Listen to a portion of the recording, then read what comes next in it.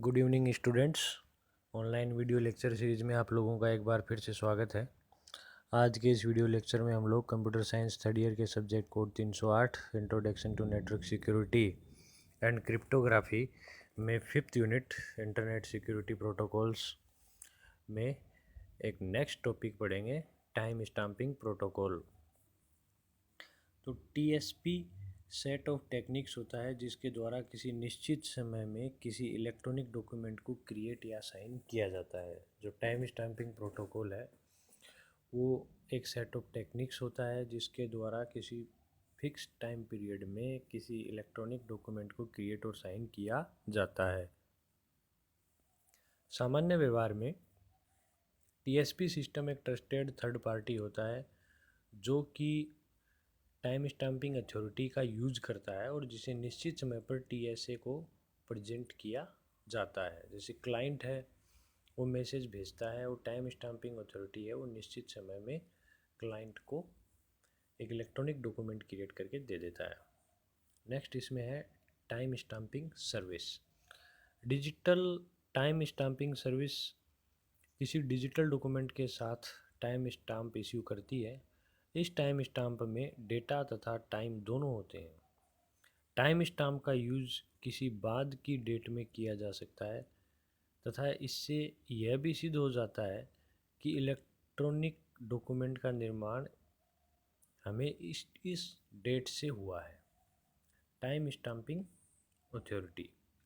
Time stamping authority एक trusted third party है जो कि टाइम स्टाम्प टोकन क्रिएट करती है जिसे पर्टिकुलर पॉइंट ऑफ टाइम के डेट और टाइम अंकित उसमें होते हैं। जब किसी यूज़र को किसी पर्टिकुलर पॉइंट ऑफ टाइम से एसोसिएट किया जाता है तब टाइम स्टाम्प का यूज किया जाता है, यानी टीएसए का यूज किया जाता है। यह पर्टिकुलर यूज़र को किसी निश्चित समय में एग्जिस्टेंस प्रोवाइड करता है। नेक्स्ट इसमें है टीएसपी ट्रांजैक्शन। इस मैकेनिज्म में सबसे पहले रिक्वेस्टिंग एंटिटी द्वारा टाइम स्टाम्प मैसेज को टीएसए को भेजा जाता है। अब सेकंड स्टेप में टीएसए रिक्वेस्टिंग एंटिटी को टाइम स्टाम्प रिस्पॉन्स मैसेज भेजता है। फिर नेक्स्ट स्टेप है टीएसए द्वारा रिस्पॉन्स मैसेज मिलने के बाद सिक्योरिटी एंटिटी से प्राप्त रिस्पॉन्स में एरर स्टेटस देखा जाता है। यदि कोई एरर नहीं है तब टीएसए टाइम स्टाम्प में मौजूद फील्ड को वेरीफाई करती है और इसके साथ ही यह टीएस टोकन डिजिटल सिग्नेचर की वैलिडिटी को भी वेरीफाई करती है। इसमें रिक्वेस्टिंग एंटिटी यह भी वेरीफाई करती है कि टीएसपी में टीएसए का करंट सर्टिफिकेशन करेक्ट हुआ है या नहीं है। इसके अलावा आइडेंटिटीज़ हैं उनको आइडेंटिफाई करके करेक्ट डेटा इम्पेयरमेंट और करेक्ट फ्लैश एल्गोरिदम भी होता है। नेक्स्ट इसमें दिया है एप्लीकेशन ऑफ टीएसपी। टीएसपी का यूज़ विभिन्न सिक्योरिटी रिलेटेड एप्लीकेशन एरियाज़ में किया जाता है। अब ये कौन कौन से हैं जो दे रखे हैं। सबसे पहले इसने दिए हैं जनरल मैकेनिज्म। पहले जनरल डब्ल्यू मैकेनिज्म है, इसमें IP address authentication, basic authentication, install NSCA server, install CERN server और फिर मैसेज डिजेस्ट ऑथेंटिकेशन। सेकंड इसमें आएगी पीजीपी या PEM mail. Third one SHTTP यानी सिक्योर एचटीटीपी और फोर्थ इसमें एसएसएल या टीएलएस। पहला है सिक्योर चैनल, इसमें दिया है second any TSP based protocol HTTP SNNP telnet FTP etcetera. Third इसमें है ऑप्टिमल की server client authentication by using RSA DSS X509 protocols hash combined MDS and SHA secure hash algorithm. Next इसमें design. TSP में दो part होते हैं design में, पहला क्लाइंट और सर्वर और दूसरा client message digit number compute करके सर्वर को भेजता है। टीएसपी रिक्वेस्ट को इसमें जो दिया गया है उसमें दो स्टेप हैं। पहले टीएसए रिक्वेस्ट को एक्सेप्ट करके डिजिट नंबर तथा करेक्ट टाइम को एक साथ रखकर साइन करके सर्टिफिकेट बनाकर क्लाइंट को भेज देता है। दूसरा क्लाइंट सर्वर द्वारा भेजे गए सर्टिफिकेट को वेरीफाई करता है। पहला है जनरेट डिजिट नंबर। टीएसपी का यूज़ किसी डेटा जैसे फाइल का, ईमेल का टाइम स्टैम्प क्रिएट करने के लिए किया जाता है।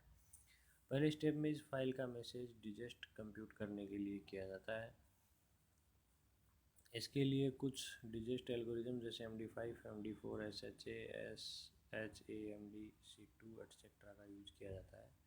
जनरेट मैसेज डिजेस्ट, ये प्रोसेस दिया गया है, फाइल है उसका डिलीट किया गया। फिर second request to TSA, client message digest number को TSA को भेजता है। यह मैसेज एक स्ट्रक्चर में पैक किया जाता है जिसे टाइम स्टैम्प रिक्वेस्ट कहते हैं।